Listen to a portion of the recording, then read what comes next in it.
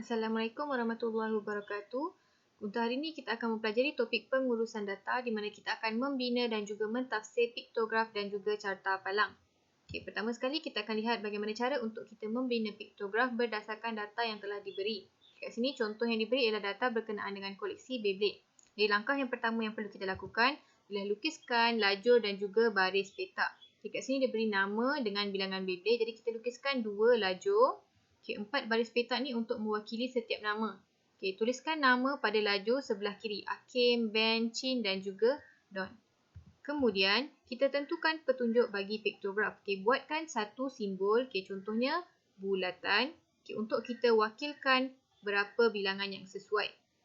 Contoh dekat sini, cara untuk kita mewakilkan dia, kita boleh buat pembahagian. Kalau macam 12 ni, kita nak lukiskan simbol 12, banyak sangat. Jadi kita kecilkan dia dengan cara bahagi. Kalau kita tengok bilangan dekat sini, 12, 10, 14 dan 12 ni ada dalam CP2. Jadi kita boleh bahagikan dengan 2 supaya kita lukis bulatan, kita lukis simbol tu sikit je. Contohnya Hakim, 12 bahagi 2 sama dengan 6. Jadi kita akan lukiskan 6 bulat.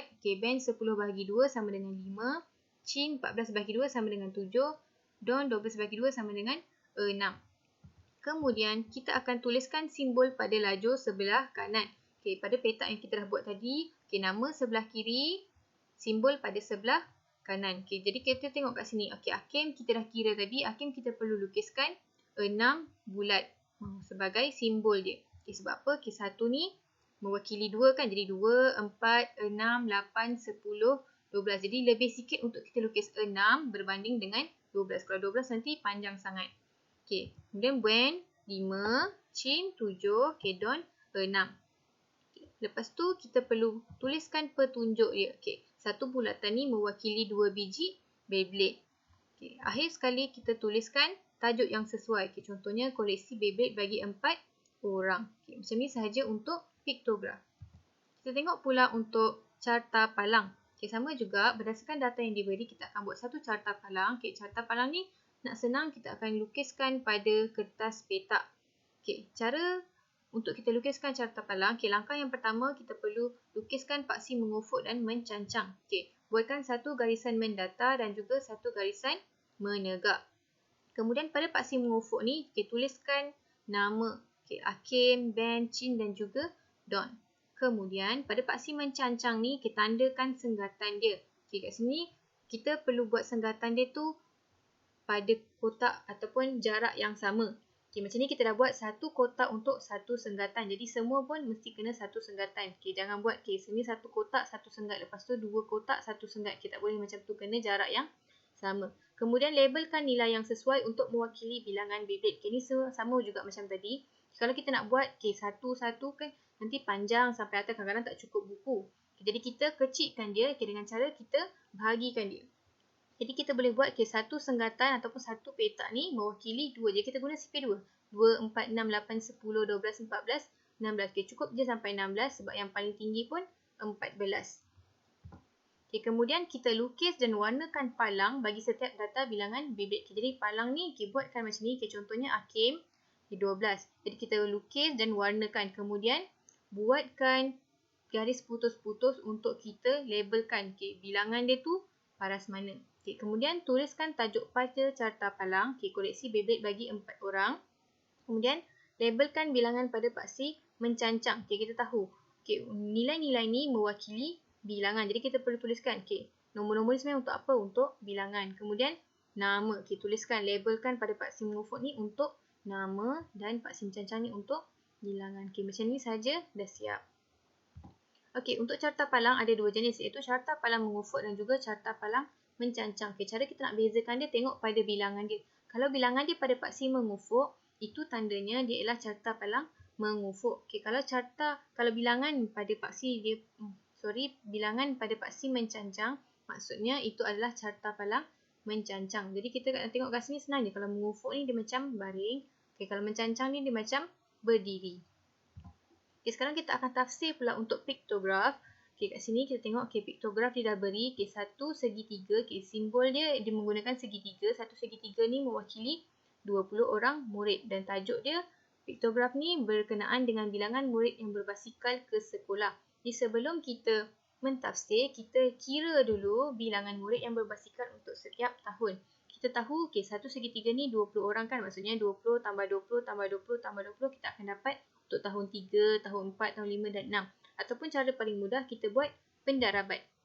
Kita tahu satu simbol ni mewakili 20 orang. Jadi kita kira ada berapa simbol? 1, 2, 3, 4. Ada 4 simbol. Jadi satu simbol ni 20 kita darabkan dengan 20. Jadi jumlahnya ada 80. Jadi maksudnya 20 tambah 20, 40 tambah 20, 60 tambah 20, 80. Jadi kita dapatlah kat sini tahun 3, 80, tahun 4, 60, tahun 5, 100, tahun 6, 120. Jadi kita boleh tafsirkan dia. Kita tengok sebanyak 80 orang murid tahun 3 yang berbasikal ke sekolah. Murid tahun 4 paling sedikit berbasikal iaitu 60 orang. Sebab kita tengok kat sini dia paling rendah untuk tahun 4. Murid tahun 6 paling ramai berbasikal iaitu 120 orang. Dia punya paling tinggi dan nilai dia 120. Tengok pula untuk soalan D. Murid tahun 3 yang berbasikal lebih orang berbanding dengan murid tahun 4. Kat sini dia buat pembandingan antara tahun 3 dengan tahun 4. Jadi kita tahu tahun 3 80, tahun 4 60. Jadi cara untuk kita cari beza dia, kita kena tolak. Jadi 80 tolak 60, kita akan dapat 20. Jadi maksudnya murid tahun 3 ni dia lebih 20 orang berbanding dengan murid tahun 4. Dia kurang satu petak, kurang satu simbol segitiga ni. Seterusnya jumlah murid yang berbasikal ke sekolah ialah berapa orang? Ingat jumlah maksudnya kena tambah. Jadi kita tambahkan semua kali. Tahun 3 80, tahun 4 tambah lagi 60, tahun 5 100, tahun 6 120. Jadi jumlah dia ialah 360 orang. Untuk jumlah murid tahap 2 yang berbasikal ke sekolah ialah berapa orang? Kita tahu tahap 2 ni tahun 4, 5 dan juga 6. Jadi kita boleh tambahkan 60 tambah 100 tambah 120 ataupun kita boleh buat, tadi kita dah kira jumlah. Jadi jumlah 360 ni kita tolakkan dengan tahun 3 yang mana tahun 3 ni tahap 1. Jadi kita akan dapat 280. Mana-mana pun sama je kalau kita tambahkan 3 ni ataupun daripada jumlah kita tolakkan. Bagaimana pula dengan soalan ni? Dia kata jika 30 orang murid tahun 2 berbasikal ke sekolah, simbol mana yang mewakilinya? Yang sebelah kiri ke yang sebelah kanan? Kita tahu satu simbol ni mewakili 20.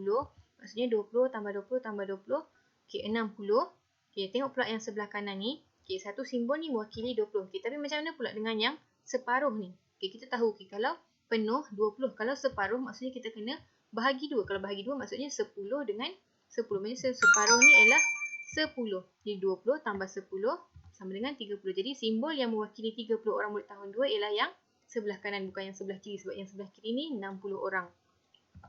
Tengok pula untuk carta palang. Ni ialah carta palang mengufuk. Yang pertama kita boleh tengok kat sini. Pada paksi mengufuk ni nilai wang. Pada paksi mencancang dinyatakan hari. Yang pertama. Santi menerima wang saku sebanyak RM4 pada hari Ahad. Jadi kita tengok. Pada hari Ahad. Nilai yang wang yang diterima ialah RM4. Pada hari apa Santi menerima wang saku paling banyak iaitu RM6. Jadi kita boleh tengok carta palang ni, cari palang yang paling tinggi. Ni kan carta palang paling tinggi. Dan dia nilai dia pun RM6. Jadi jatuh pada hari Rabu. Jadi pada hari Rabu Santi menerima wang saku paling banyak iaitu RM6. Bagaimana pula untuk C? Santi menerima jumlah wang saku yang sama pada hari apa? Kita tengok kat sini mana palang dia yang sama tinggi. Tengok ada dua kan? Sini dengan sini. Khamis dengan Isnin. Jadi Santi menerima jumlah wang saku yang sama pada hari Isnin dan juga Khamis iaitu sebanyak RM3. Jumlah wang saku Santi dalam tempoh 5 hari. Jumlah maksudnya kita kena tambah. Tempoh 5 hari maksudnya hari Ahad RM4, tambahkan dengan hari Isnin RM3, tambahkan dengan hari Selasa RM5, tambahkan dengan hari Rabu RM6, tambahkan dengan hari Khamis RM3. Kita akan dapat jumlah dia RM21. Bagaimana pula dengan beza nilai wang saku Santi? Antara hari apa dengan hari apa? Kat sini kita tak bagi hari. Jadi kita boleh pilih hari. Contoh kat sini saya bagi antara hari Isnin dengan Selasa. Dan kita tahu beza maksudnya kena tolak. Jadi kita tolakkanlah hari Isnin ni RM3, hari Selasa RM5. Jadi tolakkan kedua-dua hari ni kita akan dapat RM2. Jadi itu sahaja untuk hari ni. Saya harap awak boleh buat. Semoga berjaya.